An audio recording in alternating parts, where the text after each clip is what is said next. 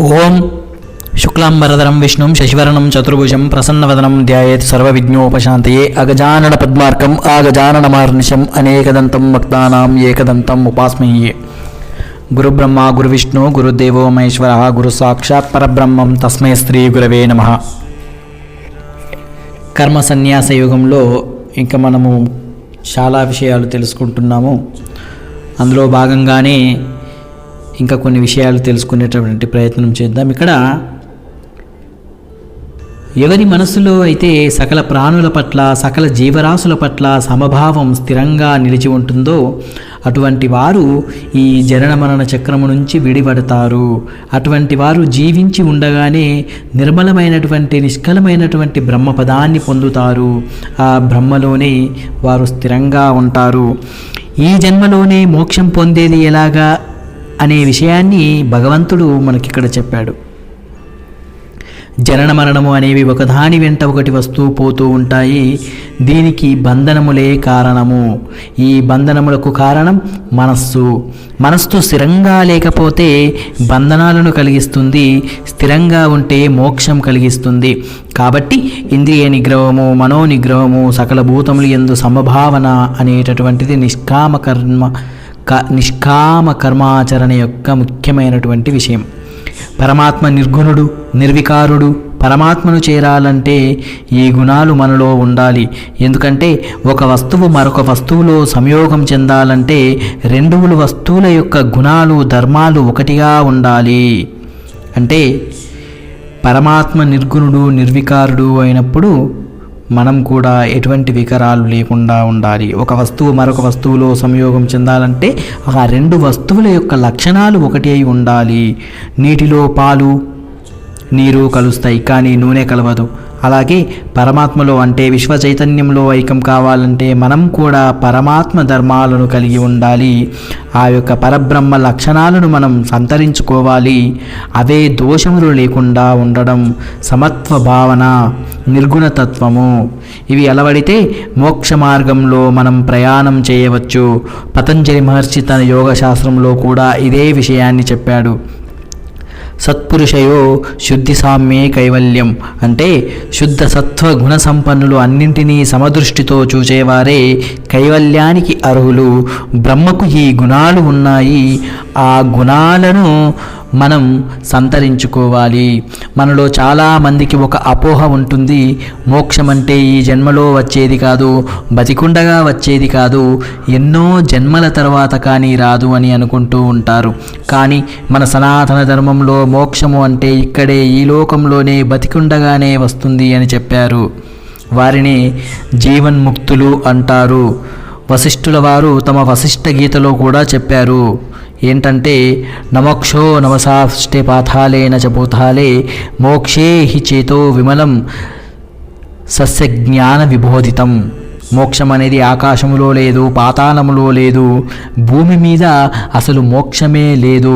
నిర్మలమైనటువంటి చిత్తములోనూ నిర్మలమైనటువంటి జ్ఞానము వలన కలిగేటటువంటి నిర్మల చిత్తమే మోక్షం. కాబట్టి ప్రతి మానవుడు తన యొక్క మనస్సును నిర్మలంగా ఉంచుకోవాలి. అటు ఇటు పోనీయకూడదు, చంచలంగా ఉండకూడదు, నిశ్చయాత్మకమైనటువంటి బుద్ధిని కలిగి ఉండాలి. అన్ని జీవుల పట్ల సమత్వ భావనను కలిగి ఉండాలి. జనన మరణము కేవలం ఒక పరిణామం మాత్రమే అని తెలుసుకోవాలి. జనన మరణాలు వస్తూ పోతూ ఉంటాయి, వాటి గురించి మనం చింతించకూడదు అనేటటువంటి భావనను కలిగి ఉండాలి. మనస్సును ప్రాపంచిక విషయముల నుంచి లోపలికి మళ్లించి ఆత్మలో స్థిరంగా నిశ్చలంగా ఉంచాలి. అదే మోక్షము. ఇక్కడ ఎవరు కూడా నిరాశపడనక్కర్లేదు, ముందు ప్రయత్నం చేయాలి. ఎందుకంటే మోక్షం పొందడానికి కాలము స్థలముతో నిమిత్తము లేదు. ఇంట్లో ఉండి కూడా మోక్షాన్ని పొందడానికి ప్రయత్నం చేయవచ్చు. కావలసిందల్లా సమ్యక్ దృష్టి, అంటే అందరినీ సమానంగా చూసేటటువంటి దృష్టి, అందరినీ సమానంగా చూడడం, అన్ని జీవులలో పరమాత్మ ఉన్నాడని నమ్మడం, దేహములను బట్టి వేష భాషలను బట్టి భేదభావము చూపకుండా ఉండడం, మనస్సును నిర్మలంగా నిశ్చలంగా ఉంచుకోవడం ముక్తికి మార్గాలు. దీనినే వ్యాసుడు సమ్యక్ దృష్టి అన్నాడు. అంటే ఈ సామ్య స్థితిలో ఉండటం, సకల భూతములను సమానంగా చూడటం, చిత్తములలో కల్లోలము లేకుండా ఉండడం, నిశ్చలంగా ఉండడం అని అర్థం. వర్ణభేదములు, స్త్రీ పురుష భేదములు లేకుండా అందరూ మోక్షానికి అర్హులు అని చెప్పాడు ఆ పరమాత్మ. ఇంకా ఎవరైతే మోక్షాన్ని పొందాలి అనుకుంటున్నారో వాళ్ళు స్థిర బుద్ధిని కలిగి ఉండాలి. మూర్ఖత్వము, మూఢత్వము ఉండకూడదు. తన మనస్సును ఆత్మయందు నిశ్చలంగా ఉంచిన వాడు బ్రహ్మజ్ఞాని. ఇష్టము లేనిది లభించినప్పుడు దుఃఖం కలుగుతుంది, ఇష్టమున్నది లభించినప్పుడు సుఖం కలుగుతుంది. ఈ సుఖ దుఃఖాలను కూడా సమానంగా చూడగలగాలి. సాధారణంగా మానవులు ఏ పని చేసినా ఆ చేసిన పనికి ఏదో ఒక ఫలితాన్ని ఆశిస్తారు. అది సుఖం కావచ్చు, దుఃఖం కావచ్చు, రెండూ మిళితమైనది కావచ్చు. కానీ బ్రహ్మజ్ఞాని ఆ ఫలితములకు ప్రభావితుడు కాదు. బ్రహ్మజ్ఞానం పొందిన తరువాత సాధకుడు ఎలా ఉంటాడు అనే దానికి కొన్ని మనం గుర్తులను గుర్తు చేసుకుందాము. బ్రహ్మజ్ఞానం కలిగితే బుద్ధి స్థిరంగా ఉంటుంది, మోహం ఉండదు, మనస్సు నిలకడగా ఉంటుంది. అతనికి సంతోషము, దుఃఖము కూడా సమానంగా ఉంటాయి. జ్ఞానము పొందని అజ్ఞానికి ఈ అవలక్షణాలన్నీ ఉంటాయి. బ్రహ్మజ్ఞానం పొందినటువంటి సాధకునికి ఈ ప్రపంచమంతా మాయగా కనబడుతుంది. ఇందులో ఏది సత్యము కాదు అని తెలుసుకుంటాడు. మాయలో పడడు. ఈ మాయా ప్రపంచములో సుఖ దుఃఖాలు వస్తూ పోతూ ఉంటాయి. వాటికి మనం పొంగిపోవడం, బాధపడడం వృధా అని తెలుసుకుంటాడు. నిశ్చలంగా నిర్మలమైన మనస్సుతో ఉంటాడు. అలా కాకుండా మనకు కనపడేవన్నీ సత్యము అనుకునే వారికి సుఖ దుఃఖాలు కలుగుతాయి. దీనికంతా మూలమేంటంటే మన మనస్సు నిగ్రహించుకోలేకపోవడం వలన ఇవన్నీ జరుగుతాయి. బ్రహ్మజ్ఞానం పొందినవాడి బుద్ధి స్థిరంగా ఉంటుంది. అజ్ఞాని బుద్ధి కామముతో ఉంటుంది. మొదటగా చంచలంగా వాడి యొక్క మనస్సు ఉంటుంది. వెలుగులో ఉన్న వారికి చీకటి అంటే ఏమిటో తెలియదు. అలాగే జ్ఞానము కలగ వానికి అజ్ఞానం అంటే ఏంటో తెలియదు. అతనికి సందేహములు ఏవీ ఉండవు. మోహంలో పడడు. ప్రాపంచిక వస్తువులన్నీ ఎండమావులు అని తెలుసుకొని వాటి మోహములో పడడు. ఇది తెలియని అజ్ఞానులు మాత్రమే ఎండమావుల వెంట పరిగెత్తి అక్కడ ఏమీ లేకపోతే దుఃఖపడుతుంటారు. కాబట్టి స్థిర బుద్ధి, సమత్వాన్ని కలిగి మోహము లేకపోవడం జ్ఞాని యొక్క మొట్టమొదటి లక్షణము. ఇక్కడ మనకు సందేహం రావచ్చు. జీవన్ముక్తుడికి కర్మలు చేయవలసినటువంటి అవసరం, ఆ ఫలితములను అనుభవించవలసినటువంటి అవసరం ఏముంది అనుకుంటాము. ఇక్కడ మోక్షము అనేది ఎక్కడో లేదు, ఇక్కడే ఈ జన్మలోనే వస్తుంది అని చెప్పుకున్నాం కదా. ఈ జన్మలోనే మోక్షము కలిగిన మరణించేదాకా ఈ దేహం మాత్రం ఉంటుంది. దేహం ఉన్నప్పుడు ఆకలి, దప్పిక, ఎండ, చలి ఉంటాయి. మనస్సు ఉంటుంది. బయటి ప్రపంచంతో తిరుగుతూ ఉండాలి. వీటిని ఎవరూ ఆపలేరు. జ్ఞాని కూడా దేశము, కాలము వీటి ప్రభావానికి అతీతుడు కాదు. కాకపోతే జ్ఞాని వీటి ప్రభావానికి మాత్రం లోను కాడు. అజ్ఞాని వీటి ప్రభావానికి లోనవుతుంటాడు. జ్ఞాని ఏది వచ్చినా ఆనందిస్తుంటాడు, దేనిని పట్టించుకోడు. అజ్ఞాని ప్రతిదానికి స్పందిస్తుంటాడు, భావోద్వేగాలను పొందుతుంటాడు. జ్ఞానికి తనకు అనుకూల పరిస్థితులలో సంతోషిస్తాడు, కానీ కుంగిపోడు, ఎగిరి గంతేయడు. ఎందుకంటే అతని మనస్సు నిశ్చలంగా ఉంటుంది. ప్రతికూల పరిస్థితులు వచ్చినప్పుడు కూడా కుంగిపోడు, దుఃఖానికి లోను కాడు. దానిని ఇతడు సుఖంగానే భావిస్తాడు.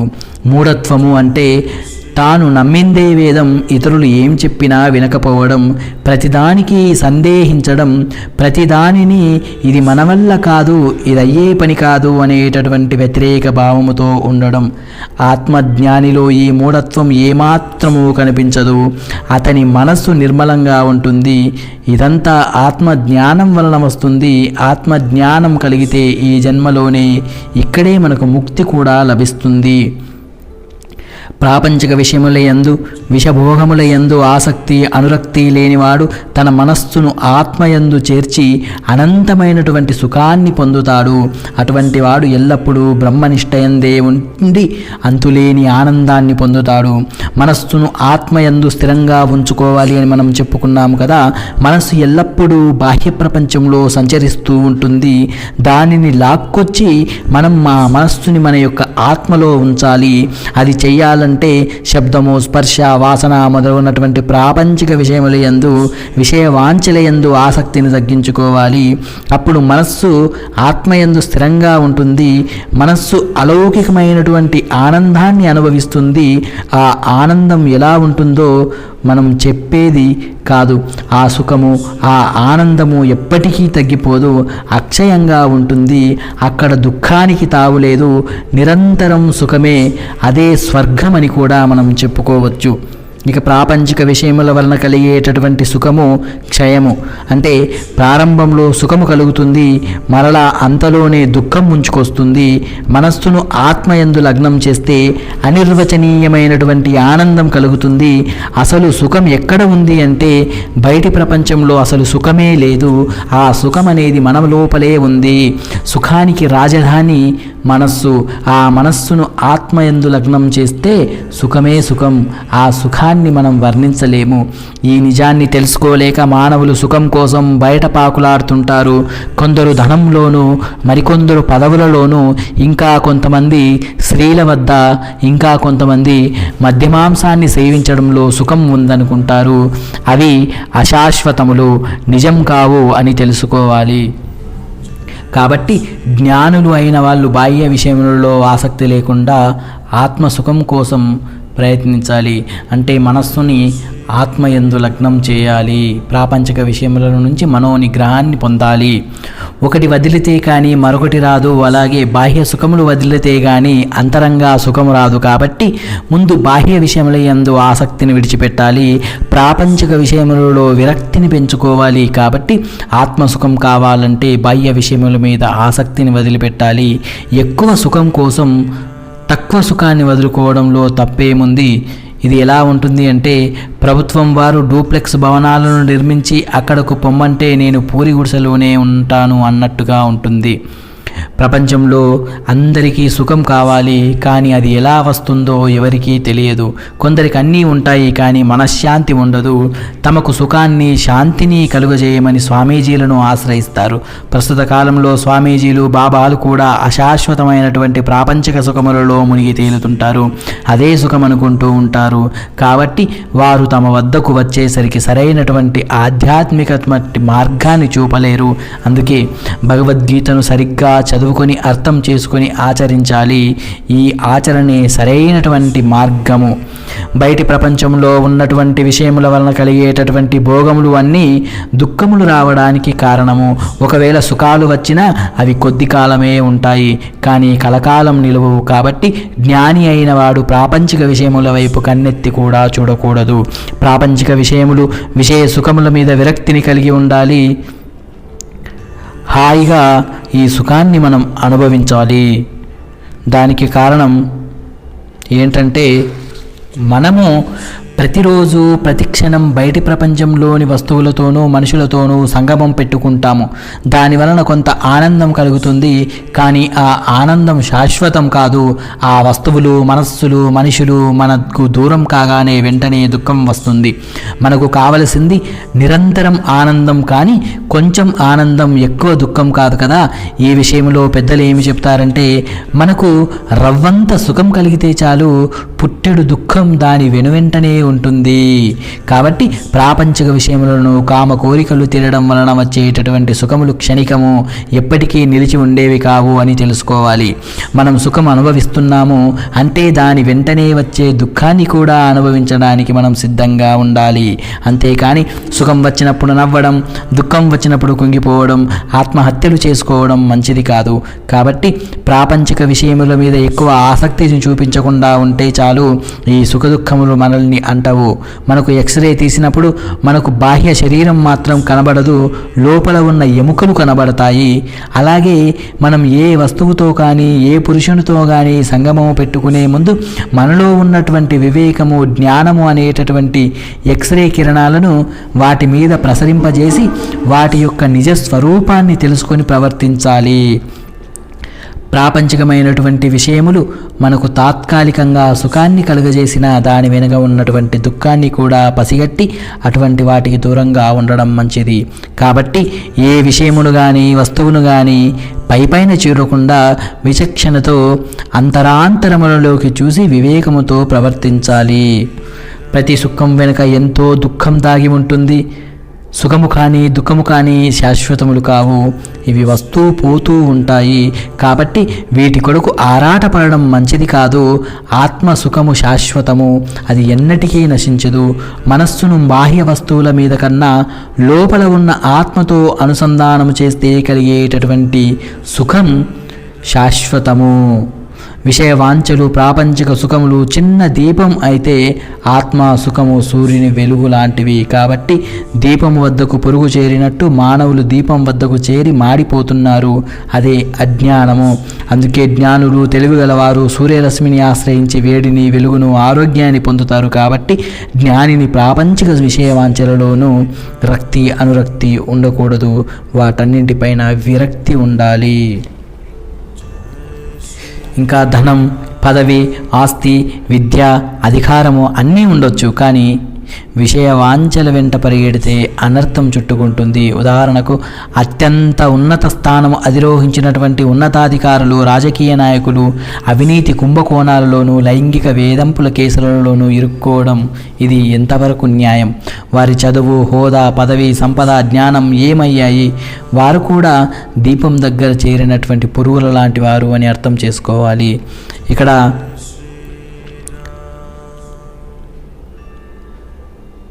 సర్వజ్ఞ అంటే బాగా తెలిసినవాడు, సర్వం తెలిసినవాడు అని చెప్పేసి అర్థం. బయటి ప్రపంచంలో ఎన్నో శబ్దాలు, దృశ్యాలు, రుచులు తాకితే సుఖం కలిగించేవి, తాకితే ఒళ్ళు పులకరించేవి, చక్కని సువాసనలు ఎన్నో ఉన్నాయి. ఇవన్నీ కూడా బయట ఉంటే ప్రయోజనం లేదు. మన జ్ఞానేంద్రియములు వాటిని తాకాలి, వాటితో సంయోగం చెందాలి. అప్పుడే వాటి వలన కలిగే సుఖ దుఃఖాలను మనం అనుభవించగలుగుతాము. అటువంటి స్పర్శ వలన, అటువంటి సంయోగం వలన మొదట్లో కొంత సుఖం కలిగినా సాధారణంగా తర్వాత దుఃఖమే కలుగుతుంది. అందుకే దుఃఖయోనాయ అంటారు. అంటే ఈ స్పర్శ సంగమం అన్నీ దుఃఖాన్ని కలిగించేవి. మొదట్లో కొంత సుఖం కలిగినా చివరకు అన్నీ దుఃఖంతోనే అంతమవుతాయి. మొదట్లో చక్కెరతో చేసినటువంటి మిఠాయి తీయగా ఉంటుంది, అతిగా తింటే విరక్తి పుడుతుంది. తినగ తినగా గారెలు చేదు అనేటటువంటి సామెత కూడా ఉంటుంది. ఇవెందుకు? ఇవి ఎటువంటి ఆనందాన్ని కూడా అంటే ఇవి ముందు తీయగా ఉన్న తర్వాత విరక్తి పుడుతుంది. అంటే వీటికి మొదలు ఆఖరు అనేటటువంటివి ఉన్నాయి. కొన్ని వస్తువులు, కొందరు మనుషులు, ధనం, బంగారం, ఆస్తి మన దగ్గరకు వస్తే సుఖంగా ఉంటుంది, ఆనందంగా ఉంటుంది. అవి పోతే అంతులేని దుఃఖం వస్తుంది. రావడం పోవడం ఆ వస్తువుల యొక్క లక్షణం. కాబట్టి అవి వచ్చినప్పుడు సుఖపడడం, పోయినప్పుడు దుఃఖపడడం మంచిది కాదు. ఒకే విషయం ఒకరి ఆనందాన్ని కలిగిస్తే మరొకరికి దుఃఖం కలిగిస్తుంది. భార్య పక్క చుట్టాలు వస్తే భార్యకు ఆనందం, మొగుడు మొహం మెటమెటలాడుతుంది. అదే భర్త పక్క వారు వస్తే భార్య ముఖం ముడుచుకుంటుంది, భర్త ముఖం ఆనందంతో వెలిగిపోతుంది. కాబట్టి మనకు శాశ్వతమైనటువంటి ఆనందం ఏదీ లేదు. ఒక్క మన యొక్క ఆత్మని మనస్సుతో లీనం చేయడమే శాశ్వతమైనటువంటి ఆనందం. దీనికి సులభమైనటువంటి మార్గం ఏంటంటే సుఖాలన్నీ దుఃఖాలతో అంతమవుతాయి అని తెలుసుకోవాలి. రెండింటికి సిద్ధపడి ఉండాలి. ప్రాపంచిక విషయాలు అనుభవించేటప్పుడు సుఖం వచ్చినా దుఃఖం వచ్చినా తట్టుకోగలగాలి.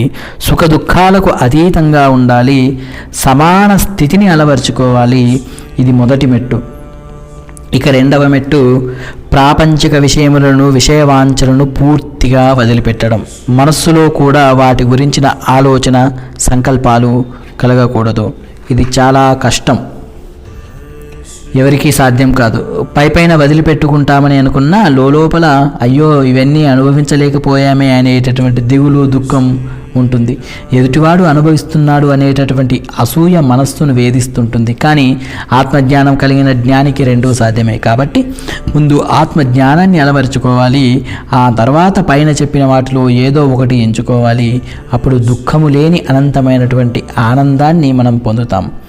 మానవుడు మరణించే లోపల కామాన్ని, క్రోధాన్ని విడిచిపెట్టగలిగితే, వాటి ప్రభావాన్ని అదుపు చేయగలిగితే అతడు యుక్తుడవుతాడు, సుఖాన్ని పొందినవాడవుతాడు.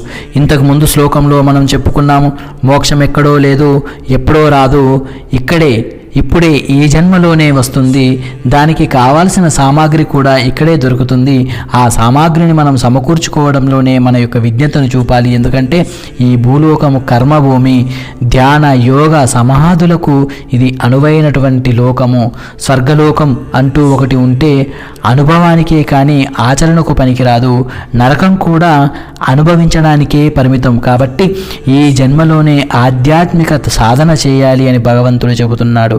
అది కూడా ఈ శరీరం వదలక పూర్వమే మనం భగవంతుని ఆరాధించాలి అని స్పష్టంగా చెప్పాడు.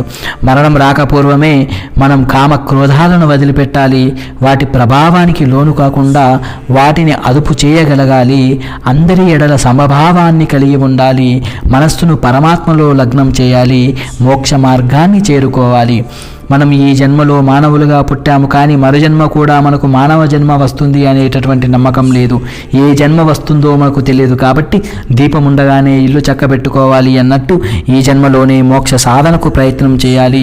ఈ శరీరం ఎప్పుడు రాలిపోతుందో కూడా తెలియదు. నిండు నూరేళ్లు జీవిస్తాము అన్న నమ్మకం కూడా లేదు. ఈ శరీరం ఎప్పటిదాకా పటుత్వంగా ఉంటుందో తెలియదు.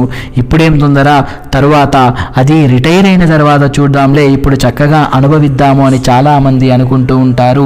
అలా అనుకోవడం వివేకము కాదు, అజ్ఞానము.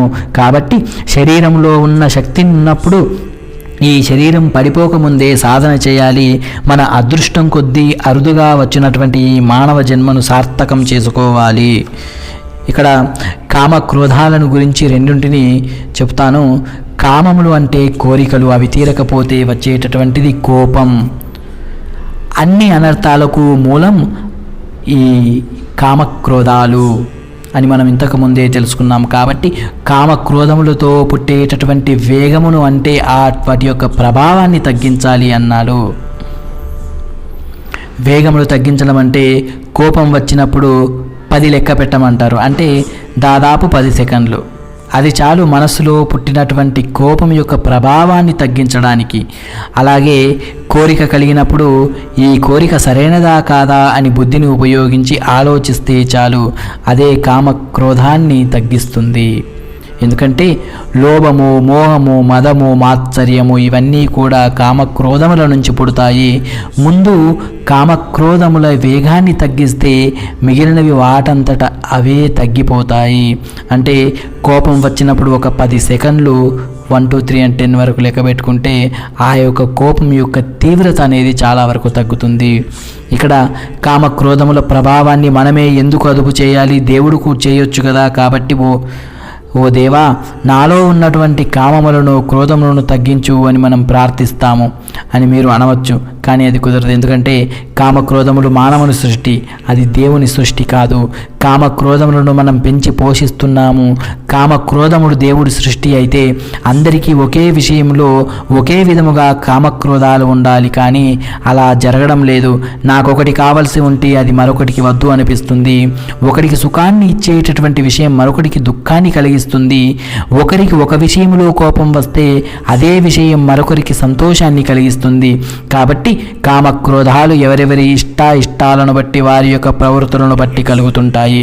మనం చేయవలసిందల్లా వాటిని అదుపులో పెట్టుకోవడమే, మన వశంలో ఉంచుకోవడమే. అన్నీ నాకే కావాలని కోరుకోవడం చీటికి మాటికి కోపం తెచ్చుకోవడం మంచిది కాదు. కాబట్టి మనలో కామము అంటే కోరికలు, క్రోధము అంటే కోపము పెరగకుండా, అదుపు తప్పకుండా వాటి అప్రమత్తంగా ఉండాలి. అంతేకాని కోరికలను, కోపాన్ని అణిచిపెట్టకూడదు. మీరు ఎంతగా అణిచిపెడితే అవి అంత రెట్టింపు వేగంతో పైకి వస్తాయి. కాబట్టి కోరికలను, కోపాన్ని అదుపులో ఉంచుకోవాలి. దానికి ఒకటే మార్గము, మనస్సుని ప్రాపంచిక విషయముల నుంచి ఆధ్యాత్మికత వైపుకు మళ్లించడం. ఆధ్యాత్మికత మార్గంలో ప్రయాణం చేసేవాడు కోరికలను కోరుకోవడం, అవి తీరకపోతే కోపం రావడం, వాటితో కాలాన్ని వృధా చేయడం అనేవి జరగవు. ఎప్పుడో వృద్ధాప్యంలో చూసుకోవచ్చులే అనేటటువంటి అలసత్వం అంటే ఇటువంటి సోమరితనం కూడా పనికిరాదు. ఎందుకంటే ప్రతి క్షణం మానవుడు మృత్యువుకు దగ్గరవుతున్నాడు అనేటటువంటి విషయాన్ని గుర్తు తెచ్చుకోవాలి. ప్రతి క్షణం కూడా మృత్యువుకు దగ్గరనే అవుతాడు మానవుడు. అందుకే కాలం విలువైనది, కోట్లు ఖర్చు పెట్టినా కాలం తిరిగి రాదు అంటారు. కాబట్టి మనము మన జీవితాన్ని సద్వినియోగం చేసుకోవాలి.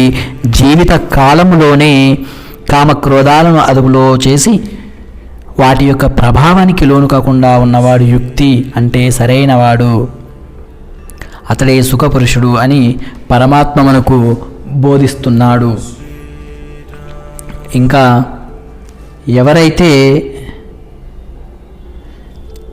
ఇంకా ఎవరైతే తన ఆత్మలో తాను ఉంటూ ఆత్మ సుఖాన్ని అనుభవిస్తూ ఆత్మతో సంచరిస్తూ ఉంటాడో అటువంటి యోగి బ్రహ్మ నిర్వాణం పొందుతాడు.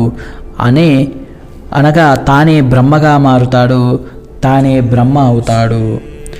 జీవితకాలము విలువైనది, దానిని వృధా చేయరాదు అని చెప్పిన పరమాత్మ ఆత్మసుఖం ఎలా ఉంటుందో, మోక్షం పొందడానికి మార్గం ఏమిటో తెలుసుకుంటున్నాం. ఈ మోక్ష మార్గానికి ప్రయత్నం చేస్తే బ్రహ్మపదమును కూడా పొందగలరు. కాకపోతే దానికి కఠోర శ్రమ చేయాలి. ఇంద్రియములను, మనస్సులను నిగ్రహించాలి. మన చూపుని బయటి వస్తువుల మీద కాకుండా లోపలికి మళ్లించాలి. మనస్సును ఆత్మలో స్థిరంగా ఉంచాలి. మనం ప్రాపంచిక విషయములను ఎలా అనుభవిస్తున్నామో అలాగే ఆత్మ సంయోగాన్ని అనుభవించాలి. ఇక్కడ సాధారణంగా సుఖాన్ని మనం బయట వెతుక్కుంటాము. కొద్దిపాటి సుఖం కలిగినా సరే దాన్ని గొప్పగా చెప్పుకుంటాము. ఆలోచిస్తే మనం అనుభవించేటటువంటి సుఖం బయట లేదు, మన మనస్సులో ఉంది. ఒకే వస్తువు, ఒకే సంఘటన, ఒకే విషయం ఒకరికి సుఖాన్ని ఇస్తే మరొకరికి దుఃఖాన్ని తెచ్చిపెడుతుంది. కాబట్టి సుఖం అనేటటువంటి దానికి కేంద్రం మన యొక్క అంతరాత్మ. అక్కడ కలిగే సుఖమే శాశ్వతమైనటువంటి సుఖము, బ్రహ్మ సుఖము. ఇక్కడ బాహ్య సుఖం అనేది క్షణికావేశము, దుఃఖముతో కూడుకొని ఉంటుంది. కాబట్టి మనం మనస్సుని అంతర్ముఖం చేసి, అంటే ఆత్మతో సంయోగం చేసి అనుసంధానం చేసిన తర్వాత కలిగేటటువంటి సుఖం అనంతం. అది క్షణికం కాదు, అది అనిర్వచనీయమైనటువంటిది. ఆత్మయందు రమించడం, ఆత్మతో క్రీడించడం మనకు చాలా ముఖ్యం. మానవులు సాధారణంగా బయట కనబడే వస్తువులతో, స్త్రీలతో కానీ, పురుషులతో కానీ, ధనంతో కానీ, ఆస్తులతో కానీ ఆడుకుంటూ ఉంటారు. వాటి అందే రమిస్తుంటారు. వాటి అందే లీనమై వాటిని పట్టుకొని వేళ్లాడుతుంటారు. ఇది మానవ నైజం. కానీ ఇవి ఇక్కడ తమను విడిచిపెట్టి వెళ్ళిపోతాయోమో అనేటటువంటి భయం అనేది మాత్రం నిరంతరంగా ఉంటుంది. ఇది సుఖదుఖాలమయం. అదే ఆత్మలో మనస్సును ఉంచి క్రీడిస్తే, రమిస్తే శాశ్వత ఆనందాన్ని కలుగుతుంది. కాబట్టి మనం వాస్తవాన్ని గ్రహించాలి. అంతర్జ్యోతిగా మన ఆత్మ ఎప్పుడు వెలుగుతూ ఉంటుంది. అంటే ఆత్మ జ్యోతి రూపంలో లోపల వెలుగుతూ ఉంటుంది అని అర్థం. సూర్యుడు దాని వెలుగుపడి ప్రతిబింబంగా ప్రకాశించేటటువంటి చంద్రుడు, ఇవి మనకు కనబడేటటువంటి వెలుగులు. సూర్యచంద్రుల యొక్క మనకు కనబడేటటువంటి వెలుగులు. కానీ ప్రతివాడిలో ఆత్మ జ్యోతిలాగా వెలుగుతూ ఉంటుంది. సూర్యుడు ప్రపంచంలోని వస్తువులను ప్రకాశింపజేస్తే ఆత్మ జ్యోతి బుద్ధిని ప్రకాశింపజేస్తుంది. సూర్యుని వెలుగులో మనం వస్తువులని, మనుషులని చూడాలంటే మనకు కళ్ళు కావాలి. ఆ కళ్ళకు చూసే శక్తి కావాలి. ఆ శక్తి మనలో ఉన్నటువంటి చైతన్యం వలన లభిస్తుంది. ఆ చైతన్యమే ఆత్మస్వరూపము. ఆ ఆత్మస్వరూపము మనలో జ్యోతిలాగా జ్యోతిలాగా నిరంతరం వెలుగుతూ ఉంటుంది. మనలో ఆ వెలిగేటటువంటి జ్యోతిని ఆశ్రయించాలి. దీపం దగ్గరకు పురుగు చేరితే మాడి మసైపోతుంది, కానీ ఆత్మజ్యోతి దగ్గరకు మనస్సు చేరితే మాడిపోదు, పైగా ఆ ప్రకాశాన్ని సంతరించుకుంటుంది, ఆనందంతో నిండిపోతుంది. కాబట్టి మనం ప్రాపంచిక విషయముల మీద, బంధుమిత్రుల మీద, ధనము మీద, ఆస్తుల మీద, పదవుల మీద వ్యామోహాన్ని వదిలిపెట్టి ఆత్మలోనే సుఖాన్ని అనుభవించాలి. ఆత్మలోనే రమిస్తూ నిరంతరం ఆత్మానందం కోసమే ప్రయత్నం చేయాలి. అదే మానవుని యొక్క కర్తవ్యము. దీనిని బ్రహ్మ నిర్వాణము అని కూడా అంటారు. ఇక ఈ కర్మ సన్యాస యుగంలో ఇంకా కొన్ని విషయాలు తెలుసుకునే కంటే ముందు ఈ వీడియోని ఇక్కడితో సమాప్తం చేద్దాం. అంతవరకు నమస్కారం, సెలవు.